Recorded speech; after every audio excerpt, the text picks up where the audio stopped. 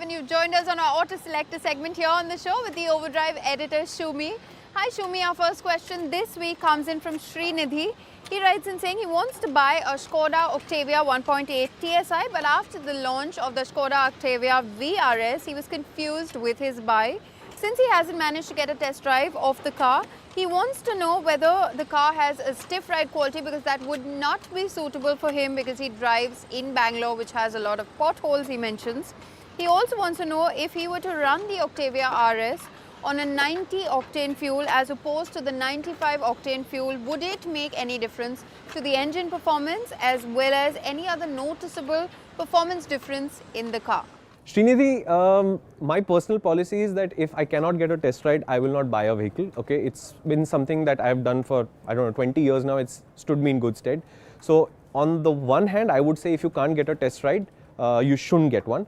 Maybe you can borrow an RS from a friend or a colleague or somebody who knows you and maybe get a sense of the car. To your other questions, most cars that recommend 95 will run on 91. They'll run slightly worse, it'll be slightly rougher or something, but usually it doesn't cause any long-term problems. The difference in real-world performance between the 1.8 and the RS is very much real, and people who've driven the RS versus the 1.8 will immediately come back with a far more emotive response. They're happier to drive that car. So that much it does work. It does have lower profile tires and it is stiffer sprung. So in-car comfort is slightly lower, but it's not as big the difference as was when the first Octavia and the first RS came, when the difference was quite a bit more. So in that sense, will you be able to live with the RS? Yes. I would recommend that you somehow try and get a test drive before you make a decision. But if you can't, for whatever reason, the 1.8 is a very, very nice car and there's no reason for you to think about it twice. Shumi, our next question comes in from Goa. Anthony writes in saying that he is planning to buy a 150cc motorcycle and has shortlisted the Suzuki Gixxer as well as a Yamaha FZ. His priorities are good fuel efficiency, rider and pillion comfort as well as low maintenance. He will be using the bike mostly during daily commutes and occasionally for weekend getaways. What would you suggest? Anthony, my choice would be the Gixxer. Since the Gixxer has come out, we've still not seen a 150cc class motorcycle that beats it.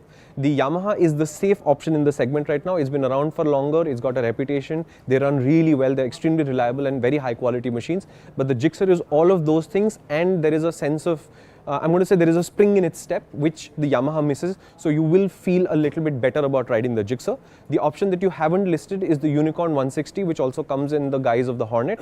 Also a very nice bike, even more quiet and sober than the Yamaha. These are your three options. I would say the Gixxer is the bike you're looking for. Well, Gaurav Thorwat writes in saying from Wardha, he wants to change his TVS Jupiter tires. He wants to know which brand offers good quality and something which will improve his scooter performance. Gaurav, unfortunately, there isn't really a big variation in the scooter tire market, as it were. So no matter what tire you choose, your Jupiter's performance is not going to change by a significant amount. CEAT has a slight differentiation in the sense that CEAT does make an off-road pattern which gives you a little bit more grip when you go into the dirt and the mud and stuff. MRF usually has a slightly more road biased performance, but I'm honestly telling you the difference isn't much. So if you go back to whatever the OE tire was, you'll be doing fine. Well, our final question, Shumi, this week comes in from Shailesh Kumar. He writes in saying that he is planning to buy a mid-size sedan for his family of 4. His budget is around 8 lakh rupees. And should he go for a petrol or a diesel variant? He hasn't mentioned his daily commute. What would you suggest, Shumi?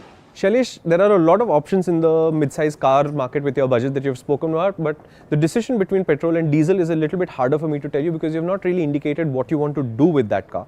If you're not going to drive a whole lot, the petrol works out as the cheaper option over a long run. If you're going to drive a lot, do family holidays and have a long commute, the diesel is perhaps the better option. In there are a lot of good cars. There's the Honda Amaze, there's the new Suzuki Dzire. And to me, I would say that once the Dzire enters the picture, it's a little hard for me to recommend something else because the new Dzire really is good. The way they've done comfort, space, engine refinement, all of those things, it comes together really well. So that's the car you want to choose from. Pick a petrol engine if your commute isn't very long and you don't do a lot of family holidays. Pick a diesel if you do. Well, if you have any more queries, you can send them to us via Facebook or Twitter, or you can inbox them to us at helpdesk@overdrive.co.in. That is our email address.